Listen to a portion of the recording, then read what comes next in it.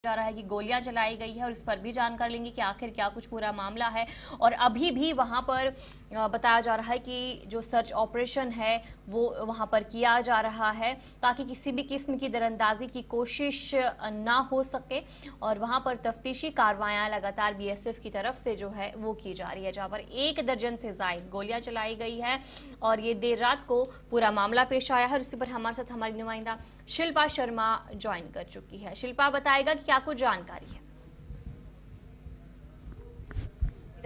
जी पूरा अंतर्राष्ट्रीय सीमा पर जो है वो एक पाकिस्तान के द्वारा सस्पिशियस पाकिस्तान की तरफ से जो है वो एक सस्पिशियस मूवमेंट बीएसएफ के जवानों ने देखी, जहां पर फाइट को जो है वो ओपन किया गया और करीबन जिस प्रकार से आपने कहा कि दर्जनों राउंड जो है वो चलाए गए, क्योंकि पाकिस्तान की तरफ से एक सस्पिशियस मूवमेंट जो है वो देखी गई। और उसके तुरंत बाद जो है वो सर्च ऑपरेशन वहां पर लॉन्च किया गया और अभी भी सर्च ऑपरेशन वहां पर जारी है। हालांकि वो क्या सस्पिशियस मूवमेंट थी फिलहाल इसकी कोई भी जानकारी नहीं है, लेकिन नया साल आप देखिए कहीं ना कहीं पाकिस्तान जो है वो घुसपैठ करने का प्रयास लगातार करता है और इस समय धुंध भी काफी ज्यादा है और इसका भी फायदा उठाते हुए जो है वो पाकिस्तान नजर आता है कि इसका किस प्रकार से जो है वो फायदा उठाया जाए। और नया साल आप देखेंगे बीती रात को जिस प्रकार से एक तरफ जश्न जो है वो लोग मना रहे थे और इस नए साल में कहीं ना कहीं पाकिस्तान अपने नापाक मंसूबों को अंजाम देने का प्रयास कर रहा था। बताएगा कि क्या कुछ जानकारी है कि गोलियां चलाई गई हैं, क्या बताया जा रहा है ऑफिशियल की तरफ से कि कोई घुसने की कोशिश कर रहा था, यहाँ क्या कुछ इस हवाले से कोई जानकारी?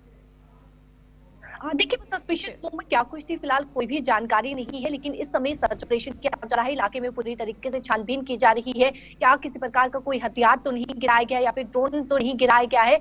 पूरी तरीके से समय जो है वो छानबीन की जा रही है, क्योंकि कुछ समय पहले की बात करें तो आप देखिए जहाँ पे पाकिस्तान के द्वारा ड्रोन जो है वो गिराया गया था और ड्रोन के माध्यम से जो है वो नारकोटिक्स भी गिराई गई थी, जिससे नारकोटिक्स बरामद किया गया था और ड्रोन को जो है बीएसएफ के जवानों ने मार गिराया था। तो लगातार पाकिस्तान इस प्रकार की नापाक हरकतें जो है वो करते हुए नजर आता है, लेकिन हमारे बीएसएफ के जवान अलर्ट थे और जिस प्रकार जैसे ही सस्पिशियस मूवमेंट जो है पाकिस्तान की तरफ से देखी गई, बीएसएफ के जवानों ने फायर को ओपन किया। लेकिन फिलहाल अभी भी वहां पर सर्च ऑपरेशन जारी है और क्या कुछ सस्पिशियस मूवमेंट थी इसकी कोई भी जानकारी नहीं है। अनिशा बताएगा कि जहां पर नए साल का आगाज हो चुका है और जहां पर कल भी हमने अपडेट किया था कि किस तरीके से जम्मू में जो सिक्योरिटी सूरत हाल है, तो आज क्या कुछ सूरत हाल है ताकि ऐसी हरकतें पेश ना आए?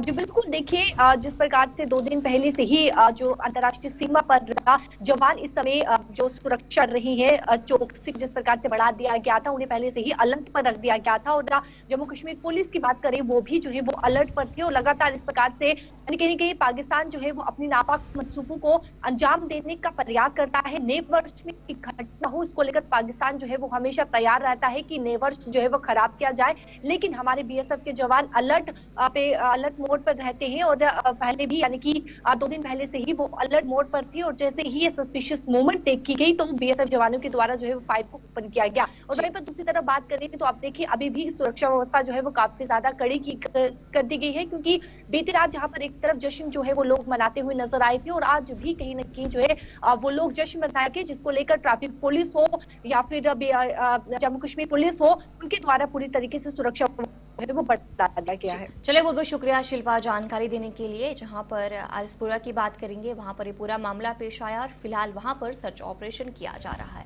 तो चलिए अब आगे बढ़ जाएंगे जहां पर रियासी कटरा की हवाले से बात करेंगे, जहां पर लगातार रोपे मंसूबे के खिलाफ जो एहतजाज था वो जारी था और फिलहाल जो हड़ताल है वो खत्म हुई है और आज से दोबारा मामूल की सरगर्मियां बहाल होंगी। हुकूमत ने गंडोला पर फिलहाल काम रोक दिया है, मुज़ाकरात होने तक फिलहाल काम बंद रहेगा, जो इस वक्त की जानकारी सामने आ रही है। और लगातार कई दिनों से रोपवे जो मंसूबा था उसके खिलाफ जो लगातार एहतजाज था वो किया जा रहा था और फिलहाल जो एहतजाज है वो खत्म किया गया है। हुकूमत ने गंडोला पर फिलहाल काम रोक दिया है।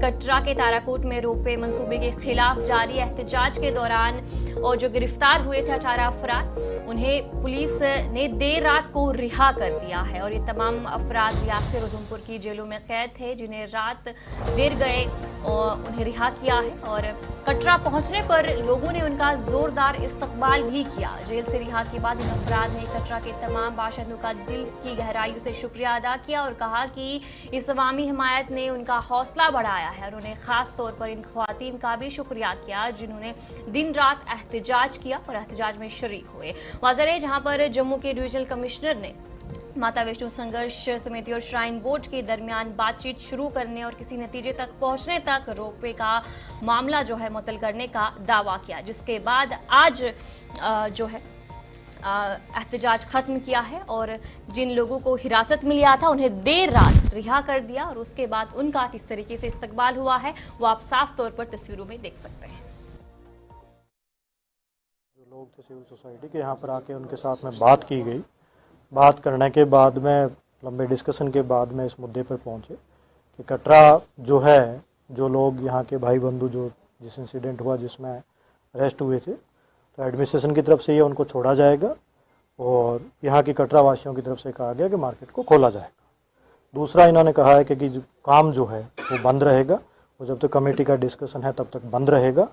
उसके अलावा जो कमेटी बनाई गई एलजी साहब की तरफ से, जिसमें बोर्ड मेंबर जो भान साहब, सुरेश शर्मा साहब और उसके अंदर डिवीज़न कमिश्नर और सीईओ श्राइन बोर्ड मेंबर है, उस कमेटी की जैसे ही ये कहेंगे उस दिन मीटिंग रखी जाएगी इमीडिएटली, जिसमें कि बाकी इश्यूज हैं उनके इशू को बात रख के, जिसमें कि कटरा की आस्था का, कटरा की इकोनॉमी का ध्यान में रख करके फैसला लिया जाएगा। ऑनरेबल लेफ्टिनेंट गवर्नर साहब ने भी कल स्टेटमेंट दिया है, जो प्रॉपरली के आस्था और इकोनॉमी का पूरा ध्यान दिया जाएगा। लोगों के स्टेक होल्डर से बात करके इसका डिसीजन लिया। हमने सरकार से बार बार ये कहा और सरकार ने जो भी नुमाइंदा अपना भेजा, हमने हर नुमाइंदे से बात की, सरकार से ये कहा कि बातचीत का रास्ता मत बंद करो, मत बंद करो, मत बंद करो। मगर हमारे साथ हर बार चालाकी की गई, धोखे से हम के उठा के लेके गए और हमें जिस सेल में डाला है, कहीं मीडिया को अगर मौका लगे तो वो सेल को जाके देखे। क्रिमिनल के साथ हम क्रिमिनल का हमारे ऊपर कोई क्रिमिनल ऑफेंस नहीं था, हम जनता के लिए लड़ रहे हैं, अपने लोगों के लिए लड़ रहे हैं। मेरे कटरे की एकता जब मैं देखता था ना, पहली बार कटरा ने ये दिखा दिया अब अलग अलग मार नहीं खानी है।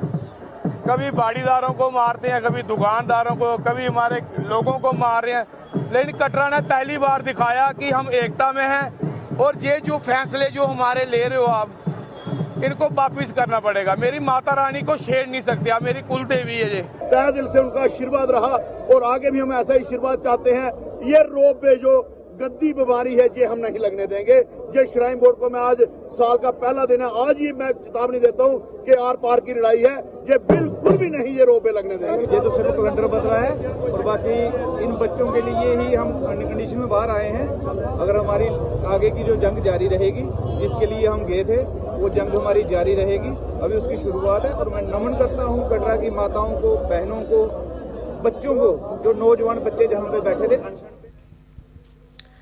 तो चलिए इसी पर हमारे साथ हमारे नुमाइंदे सोहन कोहली भी ज्वाइन कर चुके हैं। सोहन बताएगा कि जहां पर रिहा कर दिया गया, जिन्हें हिरासत में लिया गया, और उसके बाद साफ तौर पर तस्वीरों में भी देखने को मिल रहा है कि जश्न वहां पर मनाया गया और फिलहाल कहा गया है कि बातचीत की जाएगी। क्या कुछ जानकारी इस हवाले से?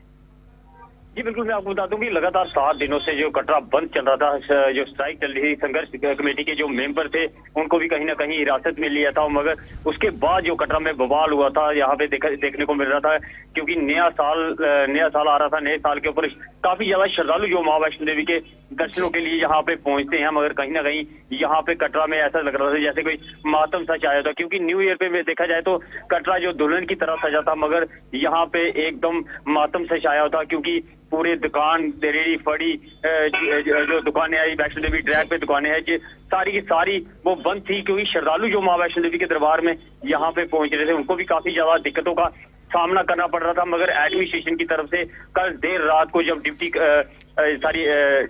डिपकाम जम्मू और डीसी रियासी और आईजी जम्मू यहाँ पे कटरा में जो समिति के साथ बात करने के लिए, यहाँ पे कटरा वासियों के साथ बात करने के लिए जब यहाँ पे पहुंचे, तो उनका साफ तौर पे ये कहना था कि हम कोई बात नहीं कर सकते, क्योंकि समिति जो है वो पूरी की पूरी समिति जो आपने हिरासत में रखी है, उनको जेल में बंद रखा है, पहले उनको रिहा किया जाए, उसके बाद जो है बात की जाएगी। डिपकाम की तरफ से एक आश्वासन दिया गया और आश्वासन के बाद एक बैठक वहां पे बैठाई गई। उसके बाद जो है देर रात को उन जो लोग हिरासत में थे 7 दिन से, उनको रिहा भी कर दिया गया और साफ तौर पे ये कहा कि उन्होंने ये कहा कि जल्द से जल्द दुकानें भी खोल दी जाएं, ताकि श्रद्धालु जो है उनको कहीं ना कहीं दिक्कत का सामना ना करना पड़े। मगर सबसे बड़ी बात जो उन्होंने बोली थी कि गंडोले के प्रोजेक्ट को लेके जो लड़ाई जो लड़ रहे थे, डिपकाम ने साफ तौर पे ये कहा कि गंडोले का काम बंद रहेगा जब तक आपके साथ जो टेबल टॉक यानी कि बैठ के अगर बात नहीं होती, तब तक गंडोले का काम बंद रहेगा। जी, सोहन जी बताएगा कि जहां पर डीकॉम की तरफ से भी कहा गया, हिदायत दी गई कि दुकानें खुली रहेंगी और बातचीत का भी वादा किया है, तो आज हड़ताल खत्म हो गई है क्या? जो मार्केट्स है, दुकानें हैं, क्या वो खुली हैं आज? जी बिल्कुल, यहाँ पे जो कल रात को जब वहाँ पे जो जेल में जो बंद थे उनको रिहा कर दिया गया, उसके बाद जो भूख हड़ताल पे बैठे थे उनको भी जो अनशन से उठा दिया गया। मगर आज जो मैं आपको बता दूं कि दुकानें जितनी भी हैं सुचारू रूप से शुरू कर दी है, सारी की सारी पूरा कटरा खुल गया है। श्रद्धालु जो है वो भी जयकारे लगाते लगाते, जयकारे के घोष लगाते लगाते मां वैष्णो देवी के चरणों में पहुंच रहे हैं। और नया साल जो कि कल दिखा दिया संघर्ष कमेटी ने कि एकता क्या होती है। सब पूरी जितना भी कटरा है सब एकजुट होके इस संघर्ष में अभी तक तो कामयाब हुए हैं। आगे जिस तरह से टेबल टॉक होती है, जो बात होती है, जो उनकी मांगे हैं किस तरह से मानी जाती हैं, जिस तरह से कि उनकी हम आपके साथ साझा करने की कोशिश करेंगे। जी चलिए, बहुत बहुत शुक्रिया जानकारी देने के लिए। सोहन कोहली आपको जानकारी दे रहे थे कि जहां पर आज हड़ताल खत्म की गई है और जो बाजारें हैं, दुकानें हैं, वो भी आज खुली हैं। तो चलिए अब आगे बढ़ जाएंगे, अगली खबर की तरफ रुख करेंगे। हजरत ख्वाजा मोइनुद्दीन चिश्ती रहमतुल्लाह अलैह की दरगाह अजमेर शरीफ के दरगाह में 813वां उर्स मजहबी अकीदत व एहतराम के साथ मनाया जा रहा है, जिसमें दूर दूर से आए हुए अकीदतमंद शिरकत कर रहे हैं। इस दौरान अकीदतमंदों की बड़ी तादाद दुआएं मांगती नजर आई। मुल्क के अमन और भाईचारे के लिए खास दुआएं मांगी जा रही हैं। इस मौके पर ज़ायरीन के लिए खास इंतजामात किए गए हैं। बता दें, ख्वाजा साहब का सालाना उर्स मुबारक 10 जनवरी तक चलेगा।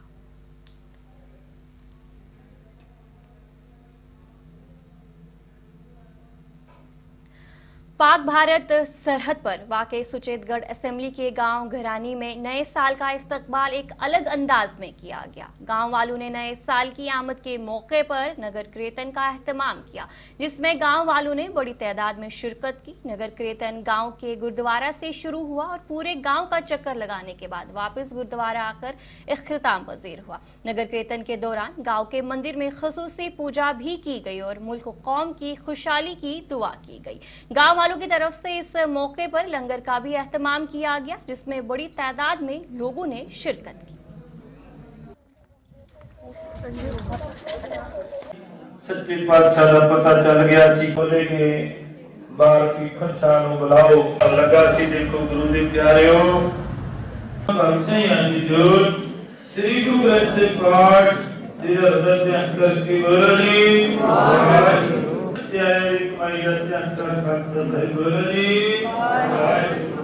मंजर तख्ता सर्वत गुरुद्वारे अंतर की बोली। सच्चे पातशाह जी चार पहर रहे आप संता कदम कदम लिखे लाउणी पटल धर्म का जयकार बोलो जी। तुच्ची वज़ीर-ए-आज़म नरेंद्र मोदी 6 जनवरी को वीडियो कॉन्फ्रेंसिंग के जरिए जम्मू रेल डिवीजन की बुनियाद रखेंगे, जो मुल्क का 68वां डिवीजन होगा। इससे नॉर्थ रेलवे का 6ठा डिवीजन कायम होगा। इस इकदाम से इलाके में रेलवे स्टाफ की तकरीरी इंफ्रास्ट्रक्चर की बेहतरी और इक्तिसादी तरक्की होगी, जिससे आवाम को बेहतर खिदमात फराहम होंगी। इसी पर जानकारी दे रही है हमारी नुमाइंदा शिल्पा शर्मा। जी, यहाँ जम्मू कश्मीर के लोगों के लिए एक बहुत मतलब शुभ दिन है कि माननीय प्रधानमंत्री जी के द्वारा जो लॉन्ग पेंडिंग डिमांड थी यहाँ के लोगों की, वो 6 तारीख को पूरी होने जा रही है। और माननीय प्रधानमंत्री जी 6 तारीख को वर्चुअली जम्मू रेलवे डिवीज़न की आधारशिला रखेंगे, और जिससे जम्मू डिवीज़न का कार्यकाल जो है उसके बाद शुरू होगा। यहाँ कितना बेनिफिट आप देखते हैं जम्मू डिवीज़न बनने से? यहाँ के लोगों में काफ़ी मतलब जम्मू कश्मीर, कुछ पोर्शन हिमाचल और पंजाब का कुछ पोर्शन इसमें जम्मू डिवीज़न में आ रहा है, जिससे यहाँ के लोगों को काफ़ी सुविधाएं मिलेंगी।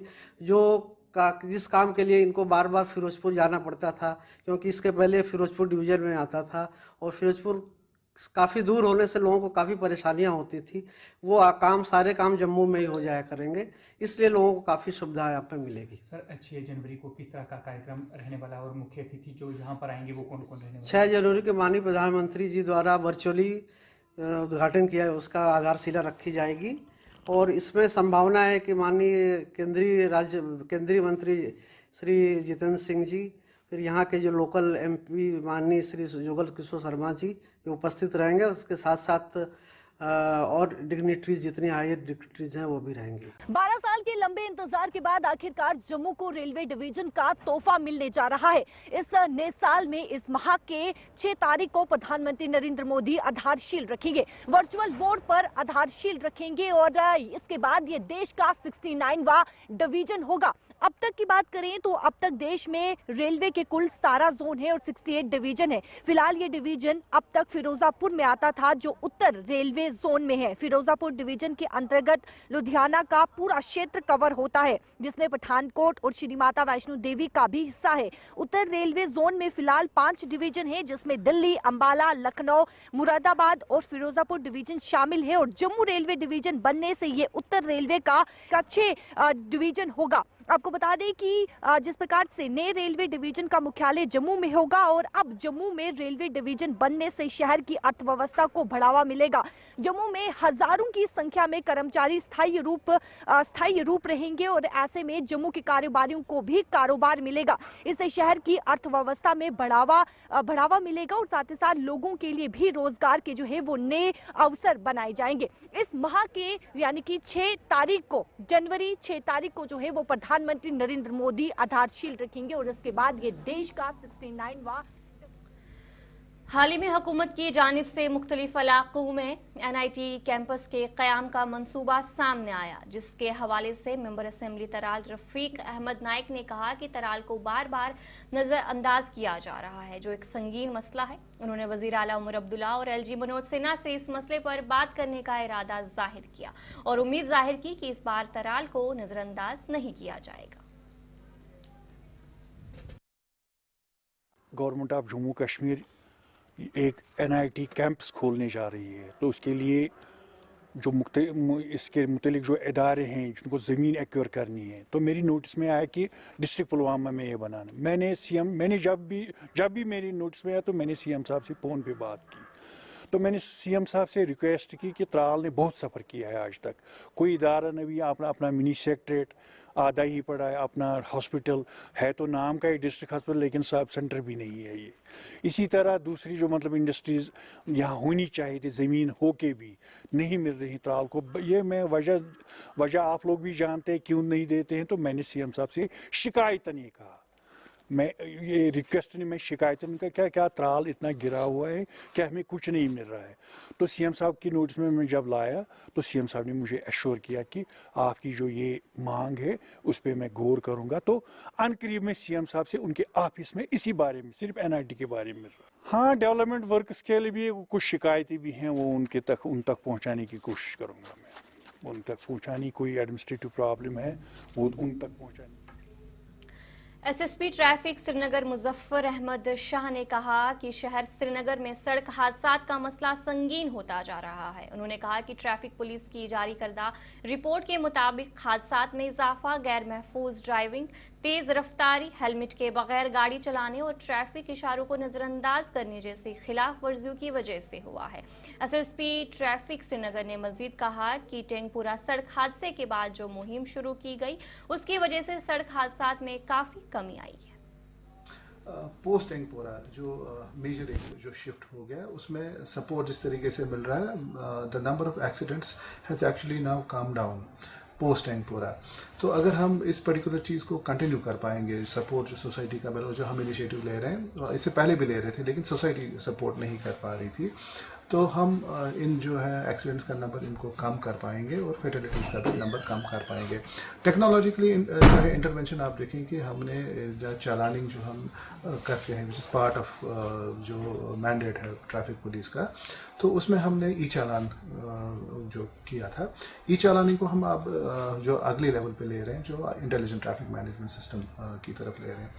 अब क्योंकि अब सिस्टम इज़ इन प्लेस जहाँ पे हम डिफरेंट वायलेशंस को पकड़ पाएंगे और इन जगहों पे जो नॉर्मल में हम रहते हैं और ऐसी भी जगह जहाँ पे ट्रैफिक पुलिस का कोई ऑफिशियल नहीं होता है, तो सडन हमारी रीच अक्रॉस श्रीनगर अब इस पर्टिकुलर सिस्टम से हो जाएगी और हमारे लिए एनालाइज भी करना कि किस तरीके से कहाँ से ट्रैफिक कितना आ रहा है, कहाँ पे क्या रिक्वायरमेंट है, अब ईजी रहेगा कि हमारे कंप्यूटर स्क्रीन पे सारा कुछ अब आ रहा है, तो हमारे लिए मैनेज करना बहुत ईजी अब रहेगा। तो जो मैन पावर हमारा है, क्योंकि चालानिंग से अब ना ज़रूरी भी नहीं है उनको चालान करना, तो हम उनको बेटर यूटिलाइज कर पाएंगे इन प्रॉपर रेगुलेशन।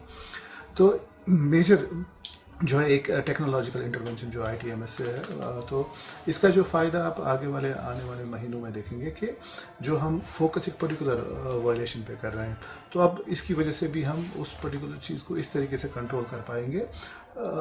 उससे सपोज़ हमारा काफ़ी थ्रस्ट रहा है कि हेलमेट लोग पहने, तो अगर आप 2024 में देखें कि 1,10,000 चालान हमने हेलमेट्स पे जो है लोगों के खिलाफ किए हैं, 1,10,000 चालान। तो इस साल हम क्योंकि पुश कर रहे हैं, हम देख रहे हैं कि काफ़ी सारे लोग अब पहन रहे हैं हेलमेट्स। अब जो मैं देख रहा हूँ कि हेलमेट अब लोग ऐसी जगहों पे नहीं पहन रहे जहाँ पे हमारी नज़र नहीं है, लेकिन अब क्योंकि टेक्नोलॉजी का यूज़ होगा, ऐसी जगहों पे भी अब कैमरास लगे हैं, तो हम उन जगहों पे भी अब फोकस कर पाएंगे। और अगर लोगों को लगता है कि सिर्फ लाल चौक आने पे ही हेलमेट पहनी, ऐसा नहीं है कि अब आप घर से जब भी निकलेंगे तो हेलमेट पहनेंगे, तो उससे जो कॉन्फ्लिक्ट है रोड का वो कम हो जाएगा और एक्सीडेंटल फैटेलिटीज़ का नंबर भी कम हो जाएगा। पोस्ट एंगपोरा साल 2024 के दौरान सब डिवीजन हंदवाड़ा के मुख्तलिफ इलाकों में आग लगने के कई वाकयात रिपोर्ट हुए हैं, जिसकी वजह से करोड़ों रुपए मालियत का साजो सामान राख की ढेर में तब्दील हो गया। तहसीलदार सैयद बशारत ने एक एडवाइजरी जारी करते हुए लोगों पर जोर दिया कि वो हरारती आलात जैसे लकड़ी के चूल्हे, गैस हीटर और दीगर आलात इस्तेमाल करते वक्त खास ख्याल रखें। उन्होंने कहा कि मुनासिब वेंटिलेशन को यकीनी बनाना चाहिए, अपने हरारती आलात का बाकायदगी से मुआयना करें। इंतजामिया ने कम्युनिटी को चौकस रहने और आग की किसी भी हंगामी सूरत हाल की फौरी तौर पर करीबी फायर स्टेशन को इत्तला देने का मशवरा दिया।